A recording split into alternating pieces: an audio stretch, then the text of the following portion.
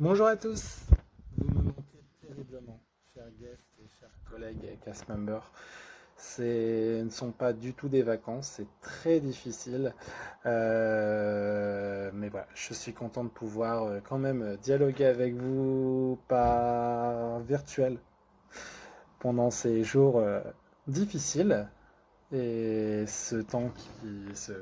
Voilà, on ne sait pas du tout combien de temps ça va durer, donc vous le savez, les parcs sont temporairement fermés. Et comme je n'ai pas accès au calendrier du barbier, donc à l'intérieur de la boutique Emporium au parc Disneyland, il a fallu que je m'adapte et que je passe commande auprès de Monsieur Christopher pour ce nouveau calendrier d'époque bien fraîchement sorti de l'imprimante 3D. Donc en ce lundi 16 mars 2020, pas d'info parc évidemment. Donc ce qu'on va faire en attendant, hein, comme j'ai un peu de temps pour faire des recherches, etc., j'ai un tout petit peu de temps libre en ce moment, donc on va parler des anniversaires dans l'histoire Disney. Tout d'abord, donc le 16 mars, qu'est-ce qui s'est passé le 16 mars? Trois dates à retenir aujourd'hui.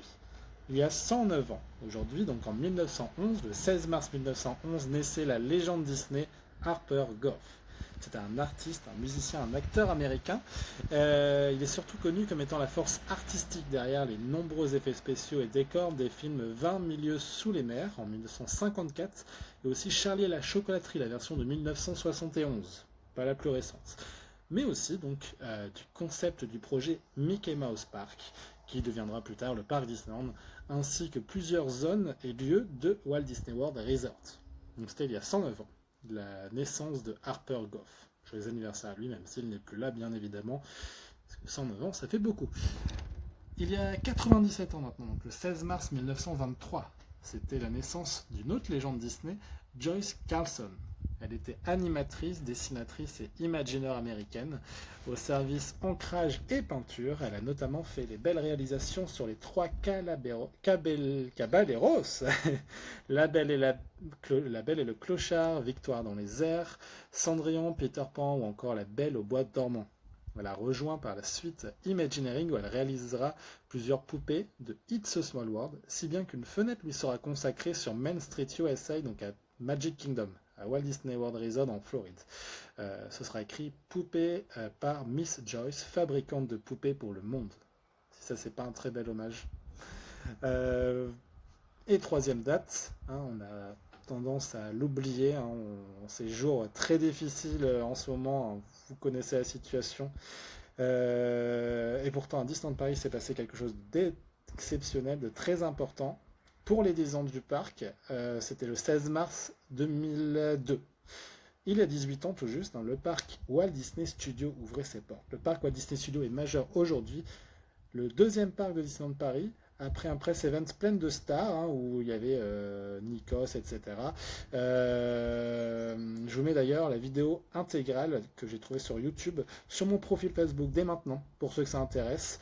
Ça dure une petite heure, si je dis pas de bêtises. Hein, je pense que de toute façon, vous avez tous plus ou moins un petit peu de temps libre devant vous, en ce moment. Je vais finir avec une citation de Michael Eisner, donc, qui fut à la tête de la Walt Disney Company de 84 à 2005. Voici ce qu'il a dit le 18 mars 2002 à l'inauguration du parc Walt Disney Studios. À tous ceux qui entrent dans le studio des rêves, bienvenue. Walt Disney Studios est dédié à notre fascination et à notre affection intemporelle pour le cinéma et la télévision. Ici, nous célébrons l'art et le talent de conter venant d'Europe et d'autour du monde pour créer la magie dans un lieu particulier à travers nos propres souvenirs du passé et nos rêves d'avenir. Voilà, merci à tous. C'était donc la grande cérémonie du changement de jour. Désolé, je ne suis pas très à l'aise en vidéo, je n'ai pas l'habitude de faire ce genre de choses.